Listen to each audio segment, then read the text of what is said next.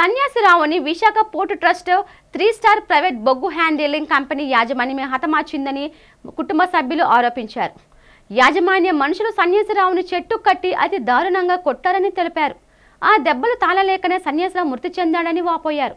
సన్యాసిరావుకి మృతికి కారణమైన 3 star private company యాజమాన్యాన్ని విడిచిపెట్టి ఎవరో అనామకులను బాధ్యులు చేస్తూ పోలీసులు అరెస్టు చేశారని ఆరోపించారు.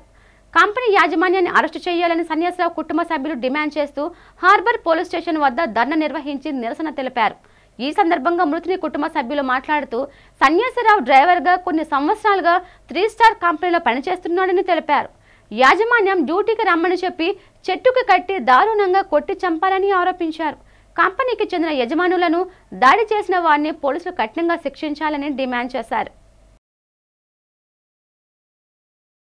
నా పేరు రాంబాబు అన్న. నేను మార్నింగ్ అందరం కలిసి సన్నిబాబు మేమందరం కలిసి డ్యూటీలకు వచ్చాం. వచ్చిన సన్నిబాబుని మాత్రం యాడ్లో ఉంచి మమ్మల్ని అందరినీ మూమెంట్ పంపించారు. పంపించిన వెంటనే నాకు 1:30కి ఫోన్ చేశారు. అర్జెంటుగా భోజనాలు పట్టుకుని వెళ్ళాలి, బులార బ్రేక్ డౌన్ అయిపోయింది, నువ్వు తొందరగా వస్తావు 4-5 సార్లు ఫోన్ చేశారు మా కేడీ సార్. ఫోన్ చేస్తే నేను వచ్చాను. వచ్చి రాగా నేను బండి దిగి లోపు పిల్లటోడుకొని లాగించి నన్ను కొట్టేశారు 2 దెబ్బలు. కొడితడికి ఇటు తిరిగేసి నేను ఇలా పడిపోయినట్టు ఆయన చూశాను. మొత్తం బట్టలతో లేడు ఆయన, మొత్తం బ్లడ్ గెడ్డ అంతా వచ్చేసింది. సార్ అదేంటండి ఆయన ఎందుకంటే అలా కొట్టేశారని అంటే, మా ఇష్టం మేము కొట్టుకుంటాం, ఇప్పుడు నీకు పని కూడా అయిపోతే నిన్ను తీసుకెళ్ళి అక్కడ మా కోయిన ఉంటుంది అందులో వడిచేస్తున్నాం, ఏం పిక్కుతారో పిక్కు అన్నారండి. అదే సార్ అది పెద్ద ఫ్యామిలీ, అది మొత్తం మా ఊరిలో చాలా మంది ఉన్నారండి, అర్జెంటుగా ఎవరికైనా ఇన్ఫర్మేషన్ ఇవ్వండి, అది హాస్పిటల్కి తీసుకెళ్ళి చచ్చిపోతారు అబ్బాయి అంటే, నేను ఇవ్వను బొంగ ఇవ్వను అంట. మళ్ళీ ఏమనుకున్నారు తీసుకెళ్ళి అమన్ సారు ఆయన అమన్ సారు కేడీ సారు మొత్తం ఉన్నారు, రవి జీ స్టార్ కంపెనీ అందరూ ఉన్నారండి. ఉంటేనేమో జీ స్టార్ కంపెనీ అండి.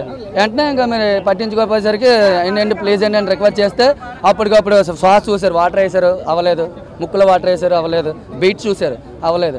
అవ్వకపోతే నీకు భయపడేది ఏమో తెలియదు. వెంటనే కార్లో తీసుకుని వెళ్ళిపోయారు. నేను ప్యాంట్ అది వేసి అన్ని చేసి పల్లర్లకు ఎక్కించిన తర్వాత ఇంకొక అతను ఉన్నాడు, ఆయన కొంచెం అవకాశం కాదు తెలుగులో ఉన్నాడు.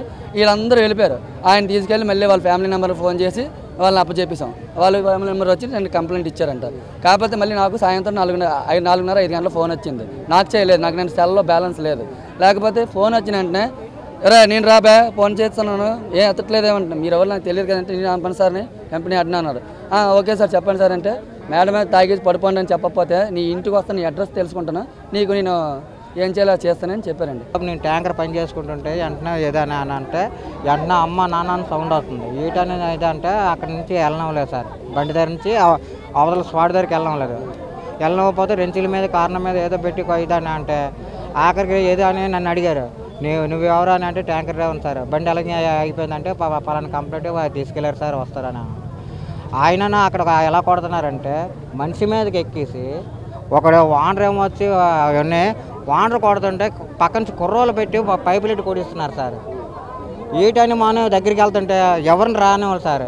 ఇందాక టీషర్ట్ వేసుకున్న అతను కూడా రానివ్వలేదు, ఆ క్లీనర్ని కూడా రానివ్వలేదు.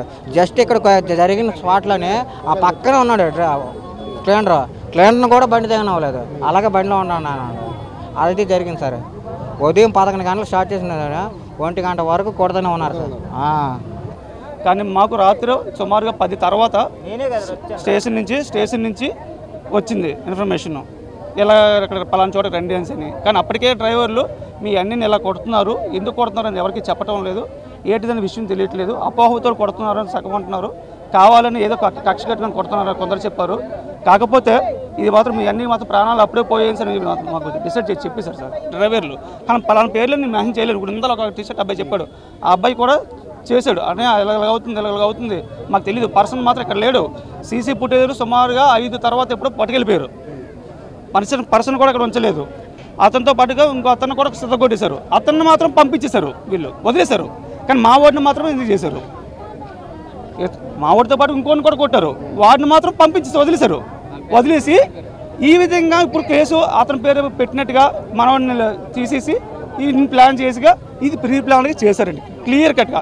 పోలీసులు కూడా ఆయన 4 గంటలు చనిపోవడం చెప్తున్నారు, 9 గంటలకి కేసు అడ్మిట్ అయినట్టు రాశారు. ఈ 4 గంటల నుంచి 5 గంటలు ఈ మధ్యలో 5 అవర్స్ ఏం జరిగింది, మళ్ళీ మాకు ఇన్ఫర్మేషన్ 10 తర్వాత ఇన్ఫర్మేషన్ వచ్చింది.